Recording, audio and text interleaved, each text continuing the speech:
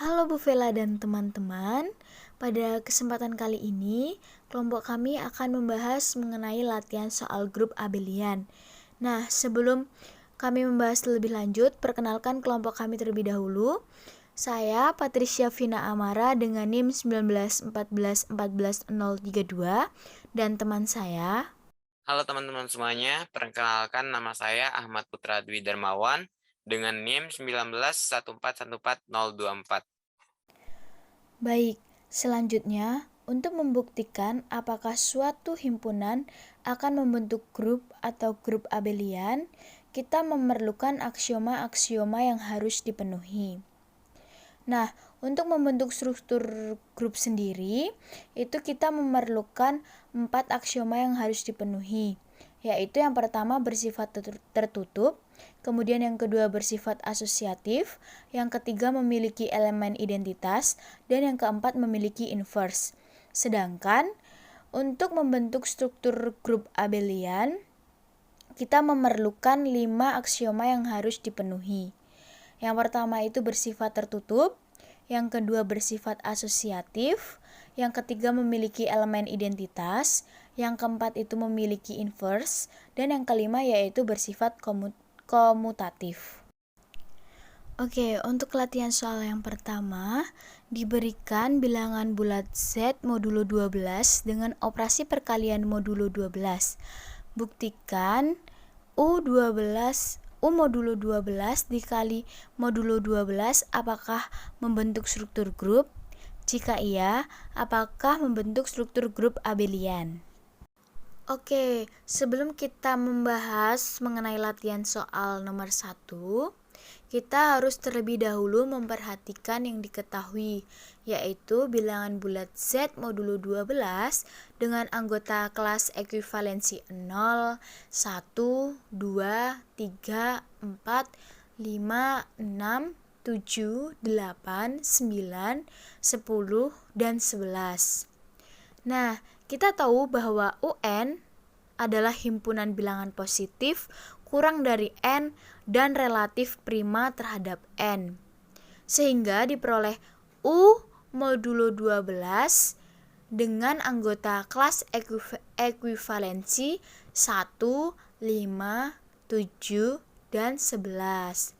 Nah, kita juga harus memperhatikan operasi yang digunakan. Pada soal nomor 1 ini, operasi yang digunakan yaitu perkalian modulo 12. Nah, apa sih yang ditanya dalam soal nomor 1 ini? U modulo 12 dengan perkalian modulo 12 itu apakah membentuk struktur grup? Nah, jika iya, apakah U modulo 12 dikali modulo 12 itu membentuk struktur grup abelian? Nah, untuk lebih lanjut, mari kita simak pembahasannya. Oke, untuk pembahasan latihan soal nomor 1, karena U modulo 12 sama dengan U berhingga, maka kita menggunakan tabel Kelly. Nah, kita akan memasukkan anggota U modulo 12 ke dalam baris dan kolom pada tabel Kelly, yaitu ada kelas ekuivalensi 1, kelas ekuivalensi 5, kelas ekuivalensi 7, dan kelas ekuivalensi 11. Nah, selanjutnya kita akan mengkalikan baris dan kolom. Kita lihat kelas ekuivalensi 1 dikali dengan kelas ekuivalensi 1 sama dengan kelas ekuivalensi 1.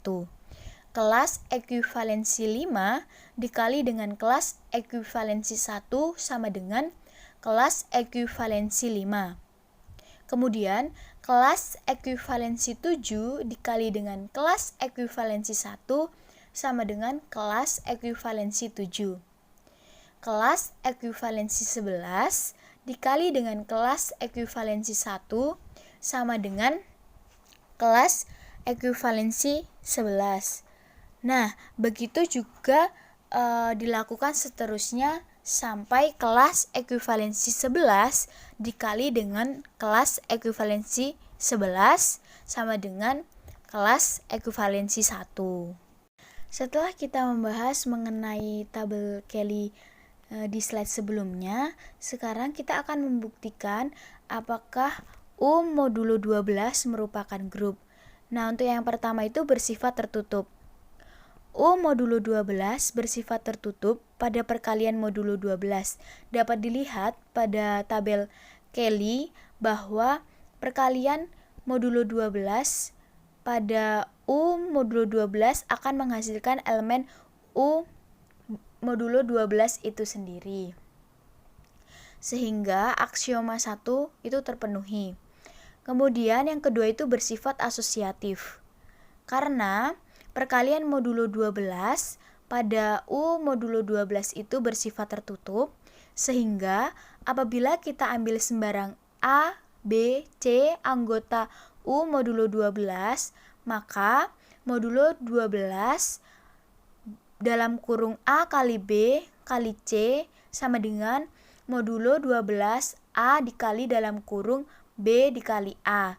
Sehingga aksioma kedua terpenuhi. Nah, yang selanjutnya yaitu yang ketiga, memiliki elemen identitas. Dilihat pada tabel Kelly, U modulo 12 memiliki elemen identitas yaitu E sama dengan kelas ekuivalensi 1. Karena berapapun bilangan dalam himpunan U modulo 12, jika dikalikan dengan kelas ekuivalensi 1, maka hasilnya adalah bilangan itu sendiri. Sehingga aksioma 3 terpenuhi. Kemudian yang keempat memiliki inverse. Semua anggota U modulo 12 memiliki inverse yang juga merupakan himpunan tersebut dengan elemen identitasnya yaitu E sama dengan kelas ekuivalensi 1. Nah, ini dapat dilihat dari aksioma sebelumnya. Sehingga diperoleh kelas ekuivalensi 1 modulo 12 dikalikan dengan A inverse sama dengan kelas ekuivalensi 1 modulo 12. A inverse sama dengan kelas ekuivalensi 1 modulo 12. Kelas ekuivalensi 5 modulo 12 dikali A inverse sama dengan kelas ekuivalensi 5 modulo 12. A inverse sama dengan kelas ekuivalensi 5 modulo 12. Kelas ekuivalensi 7 modulo 12 dikali A inverse sama dengan kelas ekuivalensi 7 modulo 12. A inverse sama dengan kelas ekuivalensi 7 modulo 12. Kemudian kelas ekuivalensi 11 modulo 12 dikali A inverse sama dengan kelas ekuivalensi 11 modulo 12. A inverse sama dengan kelas ekuivalensi 11 modulo 12. Jadi, karena 4 aksioma grup itu terpenuhi, maka U modulo 12 itu merupakan grup. Nah, kita sudah tahu bahwa U modulo 12 membentuk struktur grup. Untuk selanjutnya, apakah U modulo 12 merupakan grup abelian? Nah, sebelum kita membahas lebih lanjut, kita tahu bahwa untuk memenuhi terbentuknya struktur grup abelian, kita harus memenuhi aksioma yang kelima, yaitu bersifat komutatif. U12 bersifat komutatif karena pada perkalian bersifat komutatif. Maka pada perkalian modulo 12 juga bersifat komutatif. Contohnya, 7 dikali 5 sama dengan 35. 5 dikali 7 sama dengan 35. Sehingga modulo 12 dari 35 adalah 11. Selain contoh di atas, kita juga bisa melihat dan memperhatikan pada tabel Kelly. Karena U modulo 12 bersifat komutatif, maka U modulo 12 membentuk struktur grup abelian. Baiklah, saya akan menjelaskan mengenai latihan soal nomor 2. Nah, di soal nomor 2 ini ada 2 pertanyaan, yaitu apakah himpunan SA apabila dikomposisikan merupakan grup, dan yang kedua apakah merupakan grup abelian.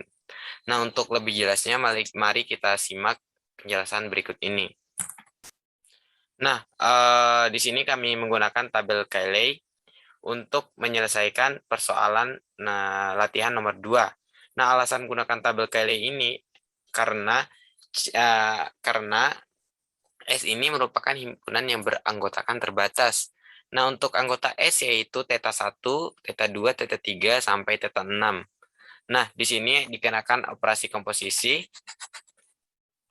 yaitu untuk yang pertama θ1 dikomposisikan dengan θ1 menghasilkan θ1, θ2 apabila dikomposisikan dengan θ1 sama dengan θ2.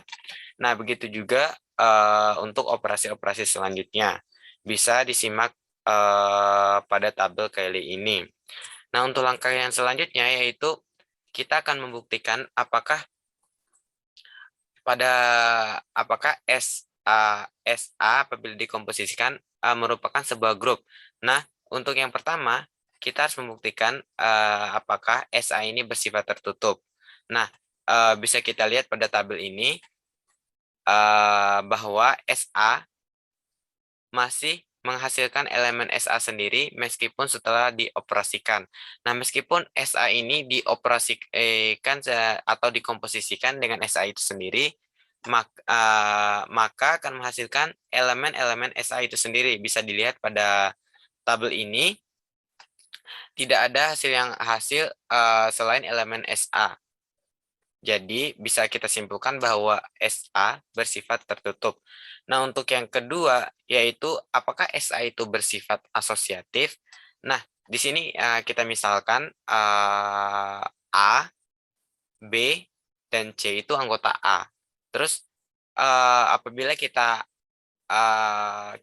gunakan A dikomposisikan dengan B, terus hasil komposisi tersebut kita komposisikan lagi dengan C, itu akan sama dengan kita komposisikan terlebih dahulu B dengan C, dan hasil komposisi dari B dan C itu kita komposisikan lagi dengan A. Jadi sehingga apabila elemen SA dikomposisikan maka akan bersifat asosiatif. Nah, di sini telah terbukti bahwa aksioma 1 dan 2 terpenuhi.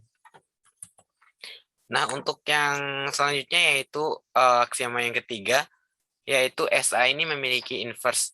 Nah, bisa kita lihat pada tabel bahwa SA ini memiliki elemen identitas, yaitu θ1. Nah, untuk yang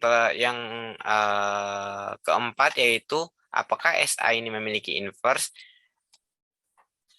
Jadi SA ini, himpunan SA memiliki inverse, yaitu misalnya pada tabel-tabel sebelumnya kita telah mengetahui bahwa ada θ1, θ2, θ3, θ4, dan θ5, yaitu anggota SA, anggota S.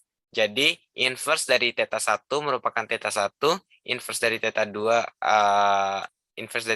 merupakan θ1, begitu juga seterusnya sampai θ6, inverse-nya adalah θ1 semua. Sehingga karena memiliki inverse dan memiliki elemen identitas, aksioma 3 dan 4 terpenuhi. Nah, karena keempat aksioma tersebut terpenuhi, maka SA merupakan grup. Nah, selanjutnya kita akan membuktikan bahwa SA merupakan grup abelian. Nah, untuk pembuktian grup abelian, kita buktikan bahwa himpunan S itu bersifat komutatif. Nah, pada tabel Cayley ditunjukkan bahwa SA ini tidak bersifat komutatif pada operasi komposisi.